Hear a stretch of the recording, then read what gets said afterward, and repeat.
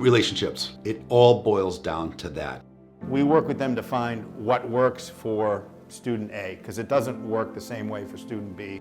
We will go to the ends of the earth to find ways to support these kids and make them feel connected.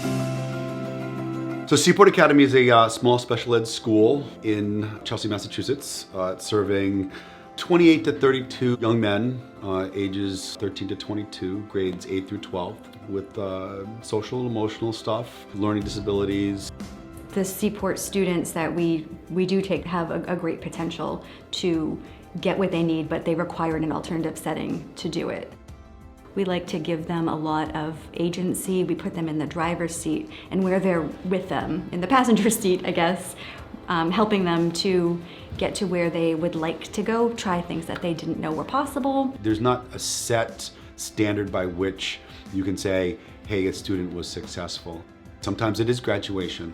Sometimes it's taking the high set. Sometimes it's moving on to college. Sometimes it's getting a job. Sometimes it's figuring out how to write a resume, how to do an interview, how to do your laundry at home, how to be an independent adult.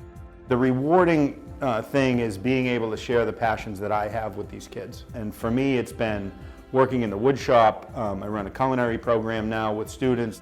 We've got guys here who have various different learning styles. So it might be being in the classroom, doing a lot of hands-on stuff. It may be watching a movie or a documentary. It may be going out on a field trip about what you're learning in the classroom. Our classes are really small. We have only about 5 students in any classroom, and when our students are in a classroom, the teacher is able to adapt to what the student needs. It really allows you the time to just talk and not be that teacher that's lecturing up at the front, but be a person that holds that hope for them while they work on building that hope for themselves. When students have a say in their own education, it becomes meaningful to them, and when it becomes meaningful to them, it becomes important to them. Everybody's trip at Seaport is the same. We're one trip, it's one bus, right? But everybody's ride on that bus is a little bit different.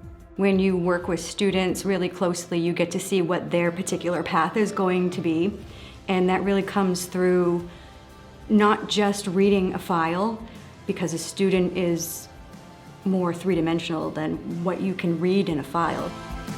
For these students, in a lot of ways, for the first time, they're seen as people, and not problems, and not diagnoses, and not learning disabilities.